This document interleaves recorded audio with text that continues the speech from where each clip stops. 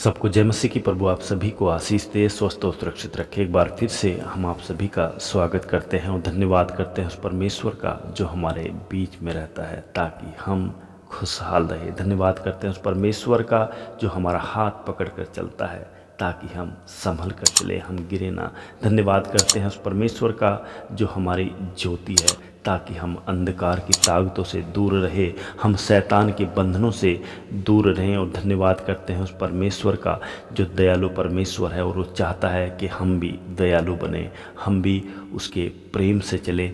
जैसा पिता ने पुत्र को प्रेम किया, जैसे पुत्र ने पिता को प्रेम किया, वैसा ही हम भी एक दूसरे से करें। धन्यवाद करते हैं परमेश्वर का जो हमारा कुम्हार है, हम जिसके हाथों की मिट्टी है, जो चाहता है कि हम उसके हाथ के नीचे रहें और जैसा वो चाहे वैसा हमें बनाए। धन्यवाद करते हैं परमेश्वर का जो हमारे रोगों को मिटाता है। धन्यवाद करते हैं उस परमेश्वर का जो हमारी तकलीफ़ों को जानता है और उसको दूर करने की सामर्थ्य उसी के पास में है। तो आइए अपने सरों को झुकाते हैं, उस परमपिता प्रधान परमेश्वर की स्तुति और आराधना करते हैं, क्योंकि वो स्तुति और आराधना के योग्य परमेश्वर है। सर्वशक्तिमान परमेश्वर, हम अपने आप को, अपने परिवार को, हर एक भाई बंधुओं को लेकर आपके चरणों में आते हैं। प्रभु आपकी दया सर्वदा सर्वदा सभी पर बनी रहे। मेरे पिता परमेश्वर, आप सब कुछ जानने वाले परमेश्वर हैं। दया और करुणा आपकी ओर से मिलती है। प्रभु आप हर एक जीव जंतु को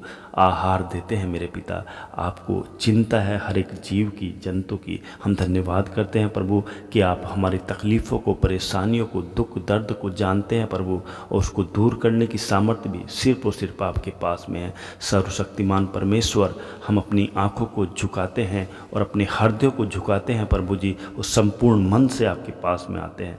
सर्वशक्तिमान परमेश्वर, हम पर दया और अनुग्रह ऐसे ही बना के रखें। सारी आदर महिमा हम आपके पवित्र सामर्थ्य नाम को देते हैं। प्रभु इस छोटी सी प्रार्थना को सुने और कबूल करें।